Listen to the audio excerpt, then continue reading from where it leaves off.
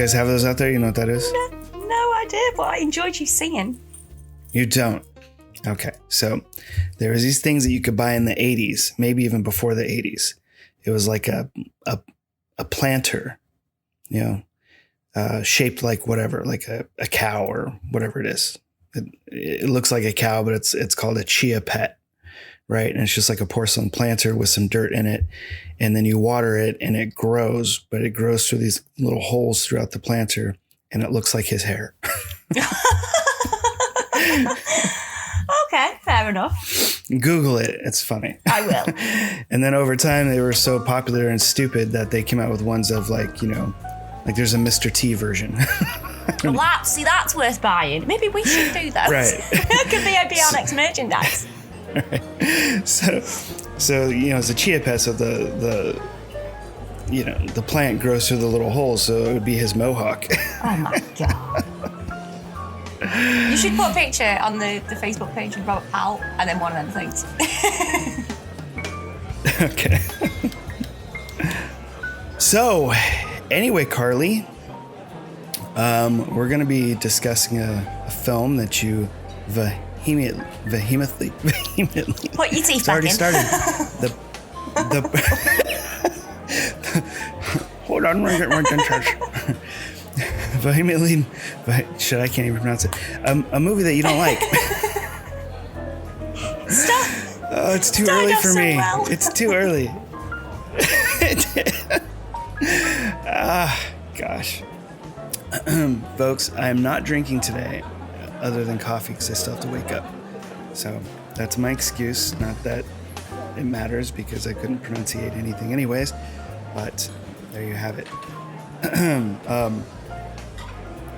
But that brings us to today's, I'm going to ruin today's movie with the title of the drink that we're going to do today. Can you guess what it's called, No. Carly? Really? Today's drink is called Chinatown. Oh, I thought you were like doing a double bluff there where you were going to say like today's drink's water. I was like really funny. scared. I was going That's to drink a hilarious. bottle of water. Had I thought about that, it would have been. That's It would hilarious. not have been hilarious. I've been surrounded by water for the past 3 days. Oh, that's right, because it's storming out there. Oh boy. So today's drink is called Chinatown. And Carly's gonna love this one as much as she hates the movie. This drink is 1 ounce of lemon juice, 1.5 ounces of Carly's favorite gin, 2/3 ounce simple syrup, and a mint leaf and ice Oh, like cubes. mint. This is, I mean, this actually is. I'm sure this has a different name because I'm certain Yeah, I've it had sounds this quite before. familiar. Yeah. You fill a shaker with ice cubes, add all the ingredients, shake, and strain into a cocktail glass, garnish with the mint leaf. I assumed that you would probably muddle the mint leaf, but I guess not. It's just for garnishment. But there you have it, folks. That's the Chinatown. And if that didn't ruin today's episode, Nothing will. the title of the movie, the title of the movie that we will be watching today is Chinatown, 1974 film. And here is the trailer.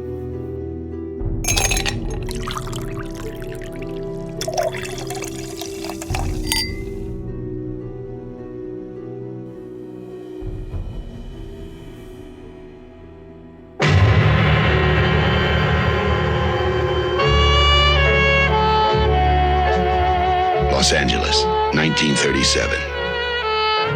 There are lots of guys like J.J. Gittes. They're easy to find, if you want to find them. Mr. Gittes, have we ever met? Well, no, Never. never. Since you agree with me that we've never met before, you must also agree with me that I've never hired you to do anything, certainly not spy on my husband. I don't get tough with anyone, Mr. Gittes. My lawyer does. job. It's Chinatown, a 1974 American neo-noir mystery film directed by Roman Polanski, from a screenplay by Robert Towne, and it stars Jack Nicholson and Faye Dunaway, with a whole other cast of characters in this film, including Polanski himself. This is probably the seminal film noir film. This is probably the most noir of any neo-noir film that's out there. And being so, I am absolutely floored at Carly's reaction to this film. And she's going to have to explain away, because this is regularly hailed as having the greatest screenplay ever written. Not noir ever written, but greatest screenplay ever written. It's a well celebrated film, not just for being neo-noir, but just for the acting, the cinematography, the direction, everything involved with this film. Chinatown also spawned a sequel called The Two Jakes, and that's something else we'll get into later. Well, we might have a double bombshell there. Right. I'm sure we will. And it's also more recently seen a little bit more interest from David Fincher. Did I read something about a TV series? Yeah, David Fincher has teamed up with Robert Towne to create a series. I believe it's for HBO. And I don't know if Fincher's still doing stuff for HBO though. This was announced last year, at the end of last year. So it's not that long ago, like maybe 6 months ago. But I thought Fincher kind of moved over to Netflix. Although that may be the reason why he's not going to continue Manhunter on Netflix. Maybe he's switching gears from, I think, Mank. He's doing next, which is I believe it's about Orson Welles and Making a Citizen Kane, Wow. which is also something I will be all over.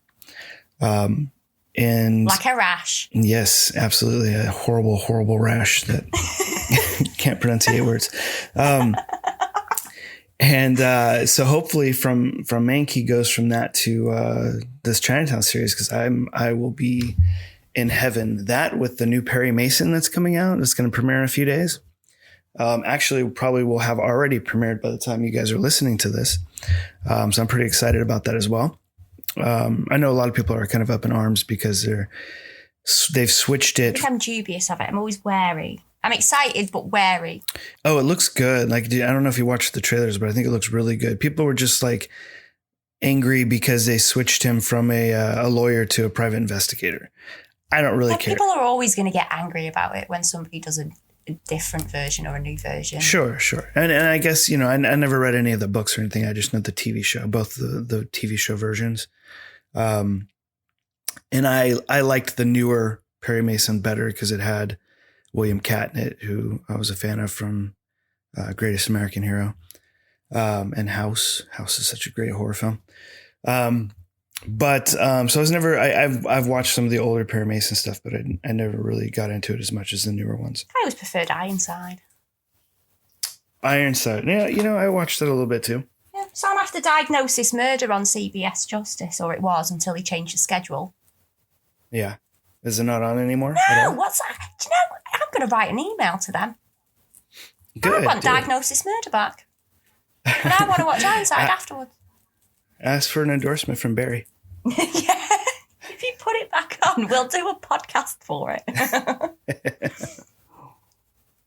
Or Jesse now. Now you're friends with Jesse too. Don't be bitter, Boris. Just a little bit. Just a little bit. He's so great in 18 Again. You have to watch that movie. I do. Do you know what? I keep going to watch films and then completely forget. I need to write a list because I keep going to. I think, I'll watch a film, and then all the ones that I'm supposed to watch that you've told me to watch, I did just go right out of my head. I end up watching like House again or something like that, the TV show or something that I've already seen recently. trapped in a loop, watching the same stuff over and over again. Well, check it out when you get a chance because it's so great and he's just amazing in it. Anyway, so there's a lot of cool projects hopefully coming up in the sort of noir, vein. And I'm looking forward to those. But Chinatown is one of the ones that are like tops my list. I'm so excited. Hopefully that happens because I haven't heard any other news about it. But if it happens, that would be fantastic. Oh, we have to congratulate Ian. Yes. Why? Why do we have to congratulate? Because he came runner-up in the 2000 AD Art Stars comic competition thing. Uh-huh. And he came runner-up. Oh, did he really? Of like thousands of entries. Wow. That's very cool. Congratulations, Ian. I mean, obviously, we'll probably be about 3 weeks late when this airs, but it's okay. Still, that's pretty awesome. Yeah, he does some fantastic artwork and he's done stuff for a lot of our projects and hopefully he's going to be doing something for this podcast as well. So maybe in season 2, because as some of you might know, this is our final episode of the season. In season 2, maybe we'll have some updated artwork and, from Ian that you can check out, make us look good. Yeah. Paint me in shadow. It's the best way.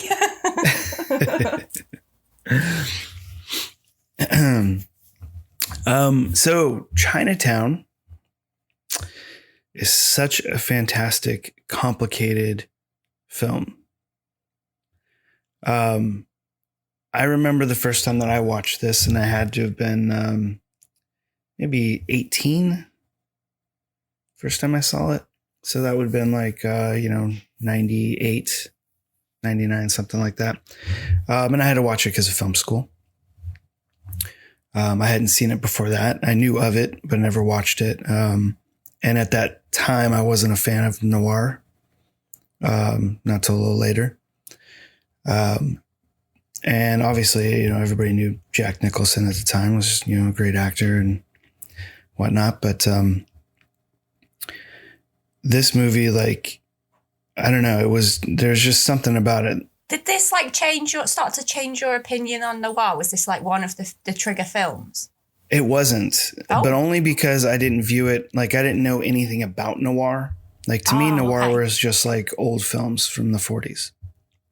So obviously you can tell that this movie is set at a certain time period, but it wasn't sort of a seminal kind of get you into noir films movie for me.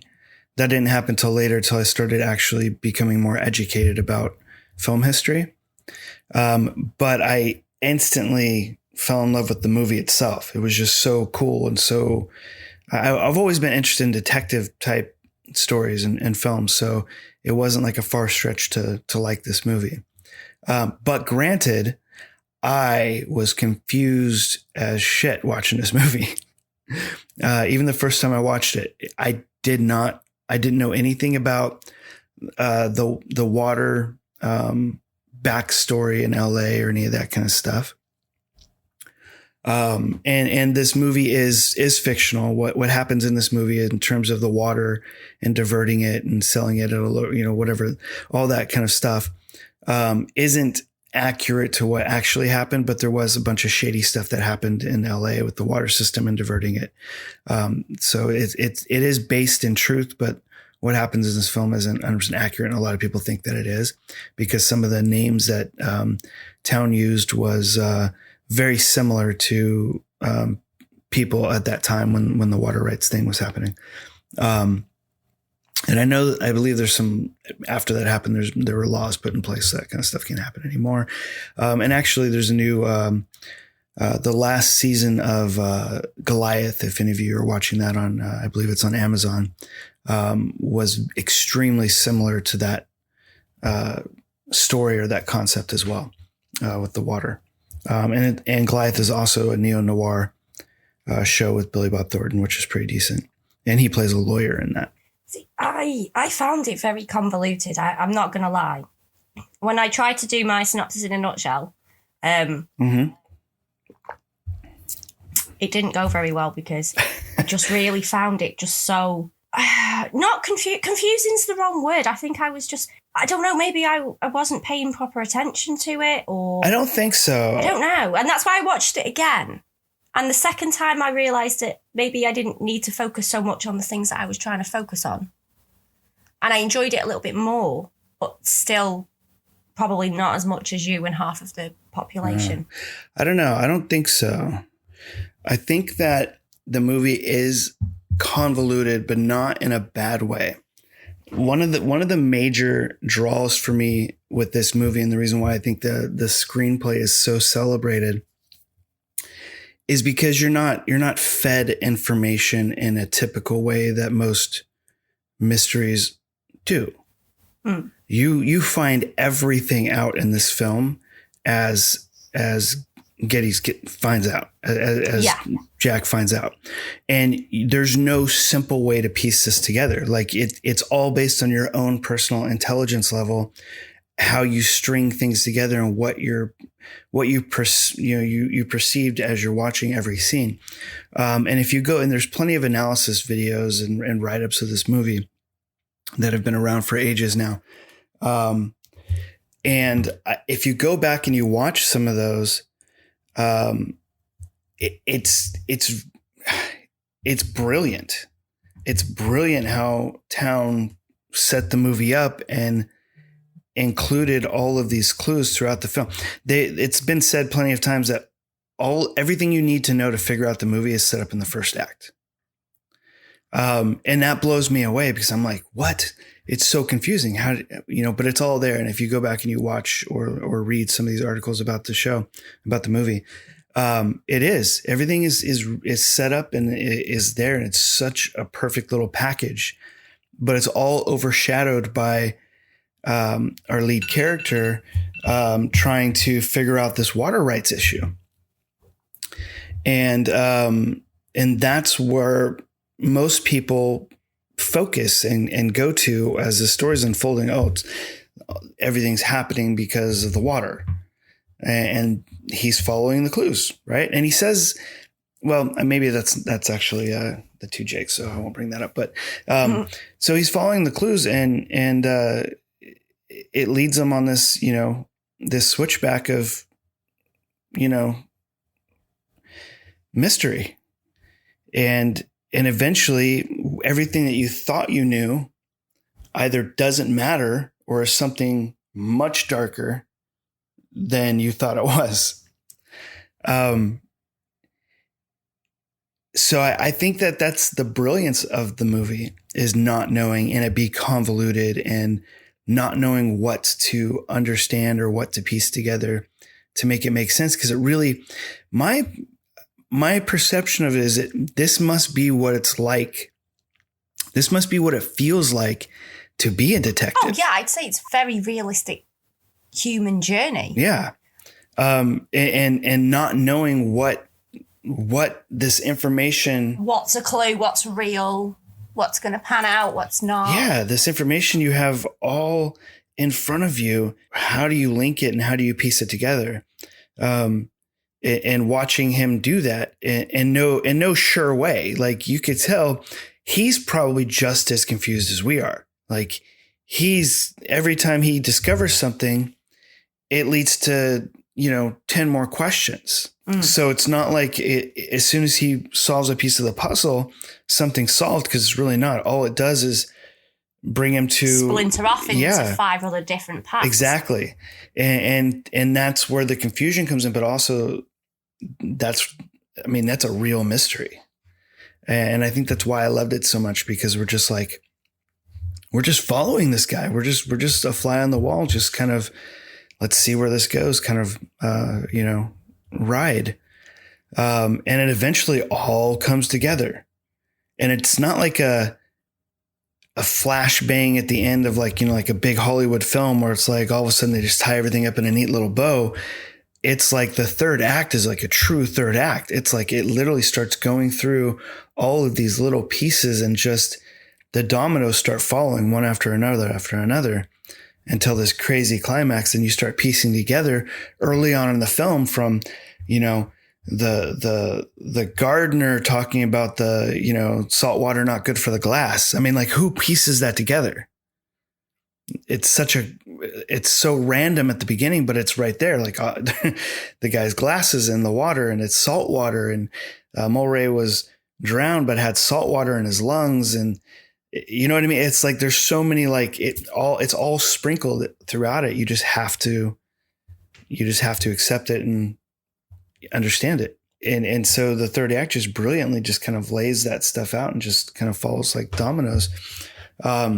So yeah, I was really, I folks at home that are listening to this, I hit Carly up, and every time I watch a movie, I'm like, hey, what'd you think of that one? So we can either privately bash it or praise it, before we do an episode.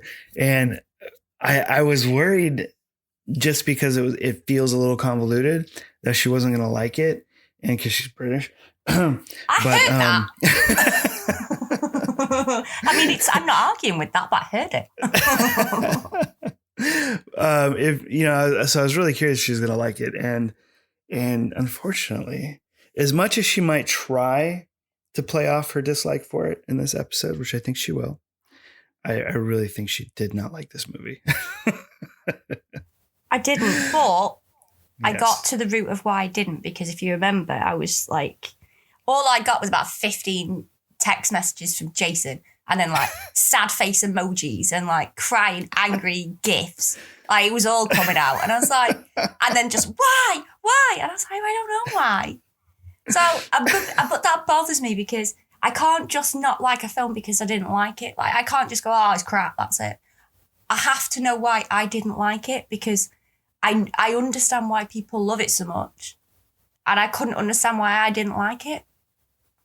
So I figured it out now, it's fine. Okay. You going to tell us? I'll keep it a secret. You're going to save it for later? Keep it a secret? Well, that's not fair. Thing is, I think I went into it a bit wrong as well, because I'm always wary of classics, because if you don't, like, it's almost like you can't have an opinion if it's considered a classic, because if you don't consider it a classic, you're not seeing it properly. And I thought, oh, maybe I'm not watching it properly. Maybe I'm not paying enough attention. And that's when I watched it too much and started getting too tied up in stuff that didn't even matter. And then I sort of lost interest in that because I couldn't see where it was going. And I'm quite ignorant, really, because I've never really had any interest in seeing this ever before you. And now, why is that? Because you're a fan of noir. Yeah, I know. It's a detective movie. Having not known anything about the movie, why would you have not had any interest in it? I don't know why. It's never been one that's appealed to me as to, oh, I've got to watch that. I always saw it and thought, oh, if it's ever on TV, I'll have to have a look at that. But I've never actively kind of sought it out. And again, I couldn't put my finger on why I've never done that.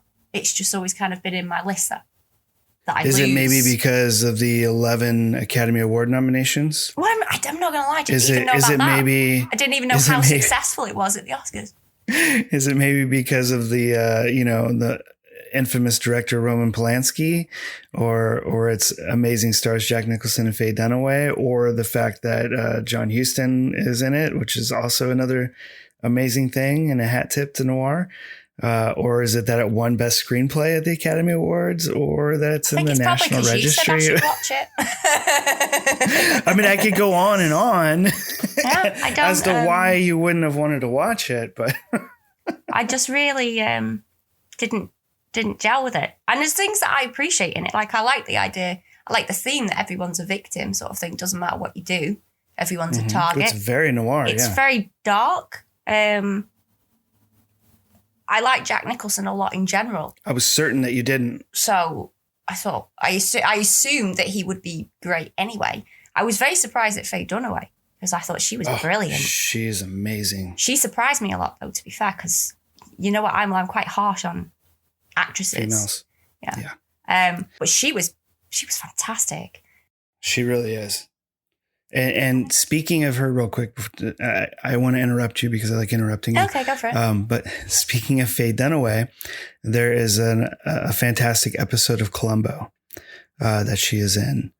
I believe it's called For the Love of the Game. Oh, is that the special one where she gets away? Yes. Oh. It's one of only 2 episodes, and I think this is the only one where the killer actually does get away. The other episode, I wouldn't consider it that they get away. But also, it's Peter Falk has spoke about it being his favorite episode as well, and he's head over heels for Faye Dunaway as well. Even though she, the past 30 years is maybe even longer than that, has gotten a horrible rep for being a shitty person, but she's an amazing actress. I think she's fantastic, and those are my 2 favorite things I've ever seen her in, is Chinatown and that episode of Columbo. Yeah, she was really great. I really liked it. And to be honest, I read a load of reviews afterwards to see if there was anybody that had a similar opinion. And the people that did were sort of ragging on the ending. And that was the reason why they didn't like it. And I don't agree with that, because I think that the ending is great, actually. It's very dark. It's true to life. Stuff doesn't always end the way you want it to do. Well, and I couldn't really get at, they were tearing the ending apart and saying that that's why it ruined the film for them. And actually, I was zoning out of the middle section. The ending is where it sort of pulled me back in, and I thought, okay, that's why it's worth a second watch for me. Well, okay. So I don't really understand why people have such anger for that. The reason why is because the original ending is not what's I read that. Is on film. Okay.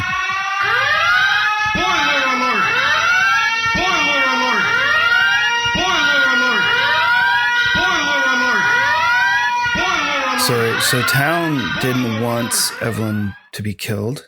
Sorry, spoiler alert. Maybe we should need a sound effect or something, or just bleep me out through the whole episode. Yeah, every time idea. I talk, it's beep. And then you just hear Carly. Oh, maybe not. That's a bad idea.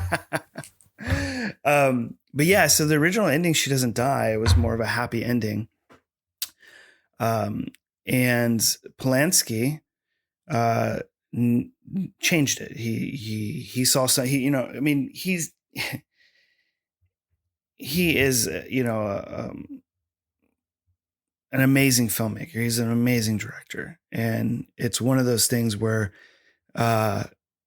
he sees a big picture in terms of cinema, as to where Town's a screenwriter, not necessarily a filmmaker, although I believe he's directed a couple films now, if I'm not mistaken. But you see things differently in the way that people consume media, and whether it's films or books, the stories must change in those different mediums.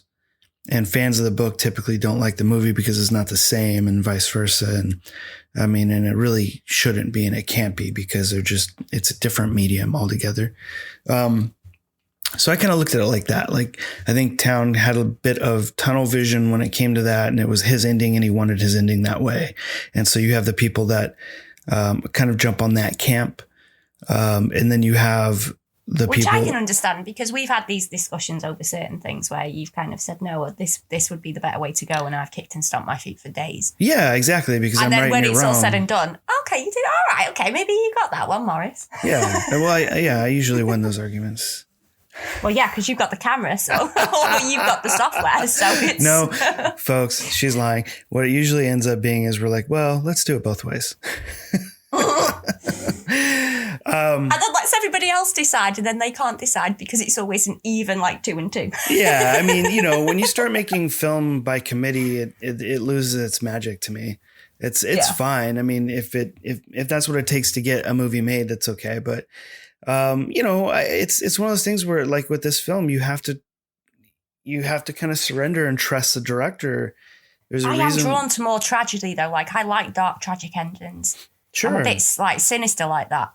Yeah, and if you think about it, like it works so much better this way.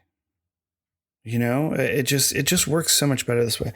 And so I don't know. I didn't. It's one of those things where I find that out after the fact. I didn't have a problem with the ending. It was sort of like a shock, like, oh my God, wow, that's horrible.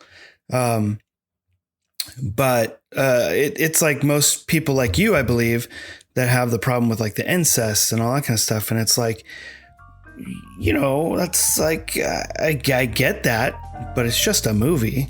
So, hey, Carly, let's take a break real quick and talk to our listeners about our sponsors.